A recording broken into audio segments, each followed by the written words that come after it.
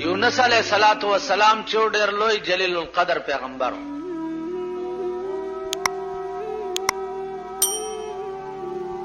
داغه قوم باندې چې څو وخت کې الله اراده وکړه د عذاب راتلو، نو یونس علیہ السلام ته خدای پاک ویلې چې ته یو طرف ته شه، د قوم د پاره ما فیصله د عذاب وکړه، دوی باندې عذاب راځي او ته یو طرف ته شه. نو یونس علیہ الصلوۃ والسلام چې هغه تینا غرونو ته لاړو،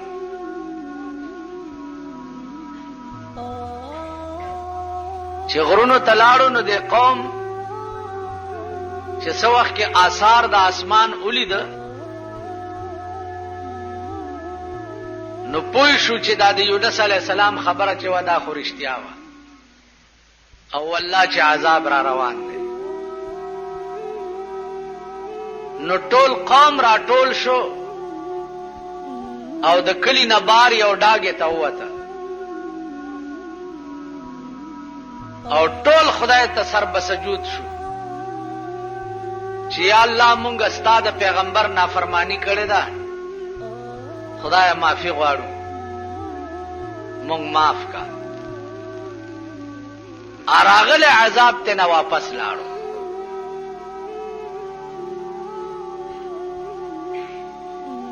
چې عذاب ته واپس لاړو قوم خو الله ته رجوع شو، بس صحیح خلق شو. یونس علیہ السلام چې څو وخت راغی هغه دا خیال کړو چې بس قوم د قوم به تباه شوی.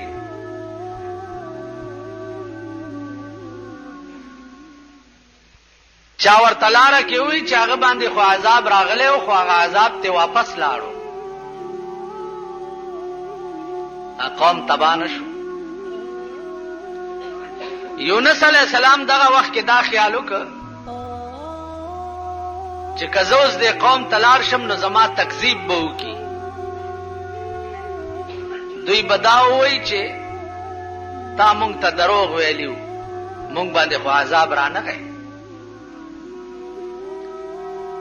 دغه وخت کې یونس علیہ السلام د الله د حکم انتظار ونکړ چې اوس ما ته څه حکم کیږي چې داسې لار شه او که داسې لار شه. نو دی روان شو مخ په دریاب باندې او خیال یې وکړ چې د دې دریاب نه هغه غاړه بلار شم او هلته به وخت تېروم.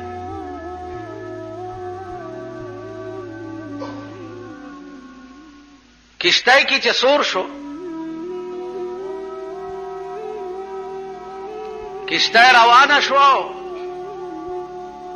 چې د دریاب منځ ته ورسېده نو کشتۍ ونښته.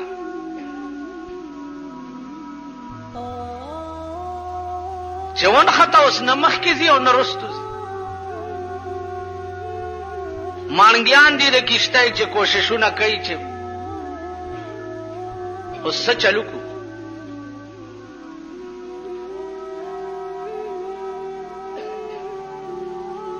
आवाज وشو چې په دې کشتۍ کې د مالک نه څوک باغی را تښتېدلی دی. نو دا کشتۍ به تر هغې نه روانېږي چې تر څو پورې هغه باغي تاسو دې سیند ته نه یې غورځولی.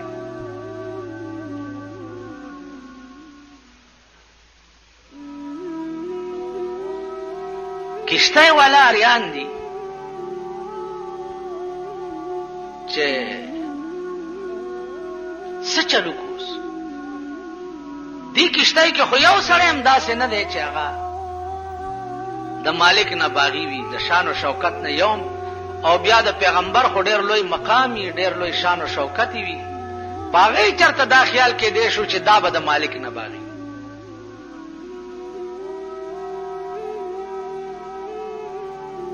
یو ته ګوري، بل ته ګوري، بل ته ګوري.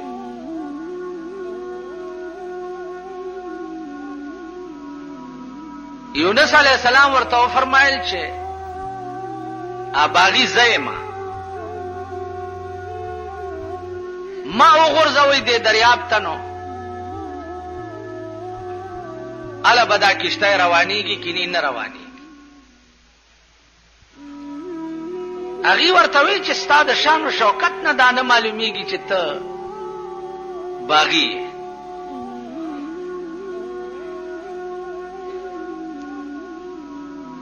یونس علیه السلام ورته وفرمایل چې خدای قسم کا زم نیم لړه کړی چې تر هغې پورې دا کشتی روانه نشي.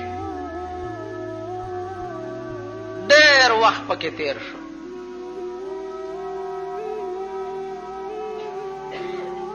کشتی کې نوره دنیا چې څومره ناسته ده هغه مجبوره شوه. مانګیان هم مجبور شو. یونس علیه السلام یې ونیوه دریاب ته یې وغورځولو. خو چې ویې غورځولو دې مقام کې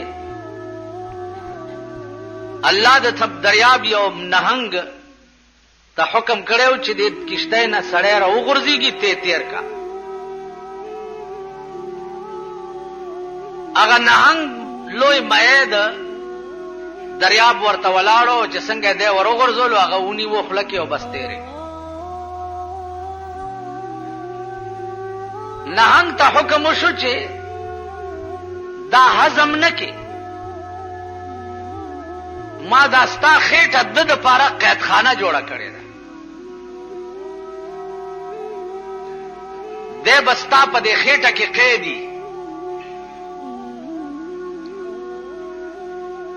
تاسو خیال راغی؟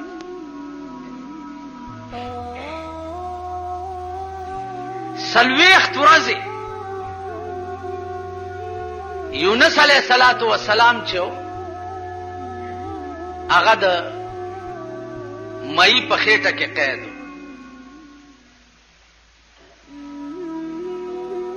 دا وخت کې الله ته التجا وکړه چې بار الہ دې ځای نه د وتو صورت به څه وي، وځم به څنګه.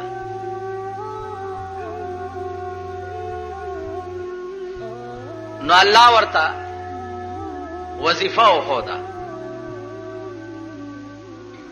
چې زما د گرفت او د پکړ نه چې نجات غواړې نو د مئی په دې خېټه کې دا وظیفه شروع کا چې لا اله الا انت سبحانك انی کنت من الظالمین.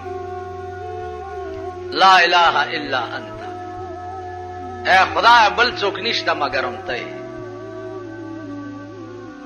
سبحانك پاکی د تعالی را،